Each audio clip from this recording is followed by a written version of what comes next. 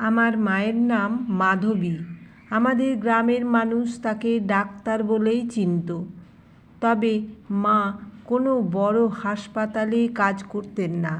আমাদের পুরনো বাড়ির একতলার একটা ঘরেই তিনি মহিলাদের চিকিৎসা করতেন। বিশেষ করে যেসব মহিলার বহু বছর ধরে সন্তান হচ্ছিল না, তারা মায়ের কাছে আসতেন। আর আশ্চর্যের বিষয়, মায়ের চিকিৎসা নেওয়ার কয়েক মাসের মধ্যেই তাদের অনেকের কোলে সন্তান আসত। তাই গ্রামের মানুষের কাছে মা ছিলেন প্রায় দেবীর মতো। কিন্তু মায়ের একটা অদ্ভুত নিয়ম ছিল। বাড়ির উত্তর দিকের একটা ঘরে কাউকে ঢুকতে দিতেন না। আমি ছোটবেলা থেকেই সেই ঘরটার সামনে দাঁড়িয়ে ভাবতাম, ভিতরে কী আছে। শুধু আমাদের বাড়ির পুরনো কাজের মহিলা কমলা মাসি মাঝে মাঝে ঘরে ঢুকতেন। আর সবচেয়ে আশ্চর্যের বিষয় ছিল, কোনো মহিলা চিকিৎসার জন্য এলে তাকে কিছুক্ষণ পর ওই ঘরে নিয়ে যাওয়া হতো। তারপর দরজা বন্ধ। বাইরে দাঁড়িয়ে আমি মাঝে মাঝে কান্নার শব্দ শুনতাম।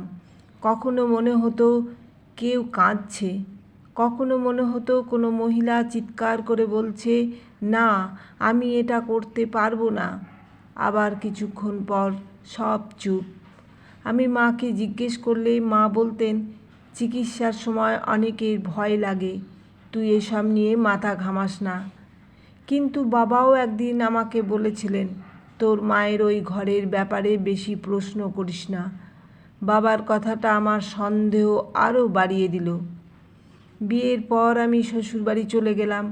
প্রায় 1 বছর পর একদিন আমার শাশুড়ি বললেন, তোর মায়ের কাছে তো গ্রামের কত মহিলার চিকিৎসা হয়, তোর ছোট ননদেরও তো অনেক দিন ধরে সন্তান হচ্ছে না, একবার তোর মাকে দেখাতে নিয়ে যা।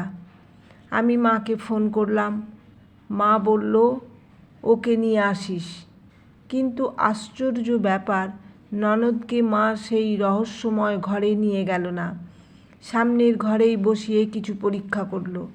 আমি অবাক হয়ে জিজ্ঞেস করলাম, মা, ওকে তোমার ওই ঘরে নিলে না কেন? মা আমার দিকে তাকিয়ে বলল, সব রোগীর জন্য একই চিকিৎসা হয় না। কথাটা আমার ভালো লাগলো না। তারপর কয়েক মাস কেটে গেল। আমার ননদের কোনো সন্তান হলো না। ঠিক তখনই আমার নিজের জীবনেও একই সমস্যা দেখা দিল। বিয়ের 2 বছর হয়ে গেলেও আমার সন্তান হচ্ছিল না। একদিন আমি মাকে বললাম, মা, এবার আমার চিকিৎসাটাও তুমি করো। মা আমার হাতটা ধরে খুব শান্ত গলায় বলল, তোর চিকিৎসা আমি করতে পারবো না। আমি অবাক হয়ে বললাম, কেন? মা কোনো উত্তর দিল না। সেদিন প্রথমবার আমার মনে হলো, যে রহস্যের ঘর থেকে আমি এতদিন দূরে ছিলাম, সেই ঘরের সঙ্গেই হয়তো আমার নিজের জীবনের কোনো সম্পর্ক আছে। সেই রাতেই আমি কমলা মাসিকে ফোন করলাম। অনেক অনুরোধ পর মাসি বলল, দিদি, আমি তোকে কিছু বলতে পারবো না। আমি বললাম, তাহলে শুধু একটা কথা বলো, ওই ঘরে কি হয়? মাসি কিছুক্ষণ চুপ থেকে বলল, কাল সকালে বাড়িতে আসিস। পরদিন আমি মায়ের বাড়িতে গেলাম। মা তখন বাজারে। কমলা মাসি আমাকে চুপি চুপি সেই ঘরের সামনে নিয়ে গেল। তারপর পকেট থেকে একটা পুরনো চাবি বের করলো। আমি অবাক হয়ে বললাম, তোমার কাছে চাবি? মাসি বলল, এই চাবিটা তোর মা আমাকে দিয়েছিল বহু বছর আগে। দরজা খুলতেই আমি থমকে গেলাম। ঘরের ভিতরেই কোনো হাসপাতালের মতো যন্ত্র ছিল না। ছিল সারি সারি কাঠের আলমারি। আলমারির মধ্যেই অসংখ্য ফাইল। প্রতিটি ফাইলের উপরেই একটা করে নাম। আমি একটা ফাইল খুললাম, তারপর দ্বিতীয়টা, তৃতীয়টা। প্রতিটি ফাইলেই একই ধরনের তথ্য।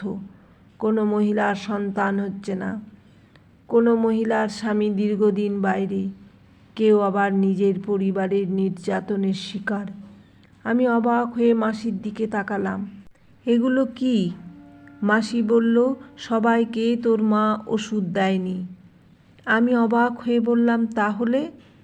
মাসি বলল, তোর মা আগে জানতে চাইতো ওই মহিলার সন্তান কেন দরকার। আমি আরও কিছু বলতে যাচ্ছিলাম, ঠিক তখনই দরজার বাইরে মায়ের গলা শুনতে পেলাম, মাধুরী। আমি ঘুরে দাঁড়ালাম। মা দরজায় দাঁড়িয়ে। মায়ের মুখে রাগ ছিল না, ছিল গভীর কষ্ট। মা ধীরে ধীরে ঘরে ঢুকে একটা ফাইল হাতে তুলে নিল। তারপর বলল, এগুলো পড়ে তুই যা ভাবছিস সেটা পুরো সত্যি নয়। আমি বললাম, তাহলে সত্যিটা কি? মা একটি পুরনো ছবি বের করলো।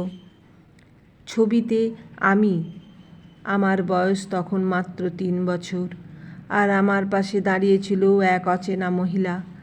আমি অবাক হয়ে বললাম, এই মহিলা কে? মা বলল, তোর জন্মের আগে তুই যার কাছে ছিলি সে। আমি কিছুতেই বুঝতে পারলাম না। মা বলল, তুই যখন জন্মেছিলি তখন তোর মা হওয়ার ক্ষমতা আমার ছিল না। আমি স্তব্ধ হয়ে গেলাম। মানে? মা বলল, তুই আমার নিজের সন্তান নোস। এই কথাটা আজ পর্যন্ত তোকে বলতে পারিনি। আমার মাথা ঝিমঝিম করতে লাগলো। মা জানালো, বহু বছর আগেই তিনি নিজেও সন্তানহীন ছিলেন। তখন এক চিকিৎসা কেন্দ্রে গিয়েই জানতে পারেন তার নিজের সন্তান হওয়ার সম্ভাবনা খুব কম। সেই সময় এক অসহায় মহিলার সন্তান জন্মের পর সে শিশুটিকে নিজের কাছে রাখতে পারেনি। আইনসম্মত প্রক্রিয়ায় সেই শিশুকে দত্তক নেওয়ার সুযোগ পেয়েছিলেন মা। সেই শিশুটিই আমি। আমার চোখ দিয়ে জল পড়তে লাগলো। তাহলে এতদিন তুমি আমাকে সত্যিটা বলনি কেন? মা বলল, কারণ তুই আমার কাছে কোনো দিন দত্তক নেওয়া সন্তান ছিলি না, তুই শুধু আমার মেয়ে ছিলি। আমি তখন সেই ফাইলগুলোর দিকে তাকালাম। মা বলল, যেসব মহিলা আমার কাছে আসতো তাদের মধ্যে অনেকেই চিকিৎসার চেয়েও বেশি কিছু চাইতো। তারা চাইতো একটা নিরাপদ জায়গা, যেখানে তাদের কথা কেউ বিচার করবে না।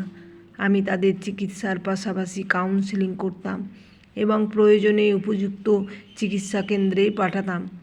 আমি বললাম, কিন্তু ওই ঘর থেকে চিৎকারের শব্দ আসতো। মা একটু হাসল।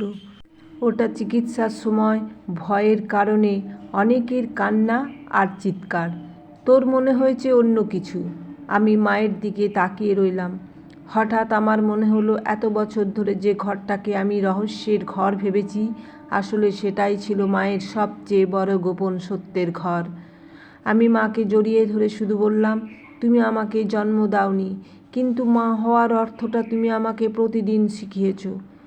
মা আমার মাথায় হাত রেখে বলল, মা হওয়া শুধু জন্ম দেওয়া নাম নয়। সেদিন প্রথমবার সেই বন্ধ ঘরের দরজা আমার সামনে পুরোপুরি খুলেছিল। আর সেই ঘরের ভিতরে কোনো ভয়ঙ্কর রহস্য ছিল না। ছিল অনেক মানুষের কান্না, কিছু অসম্পূর্ণ স্বপ্ন, আর আমার মায়ের লুকিয়ে রাখা একটা ভালোবাসা। লেখাটি সংগৃহীত।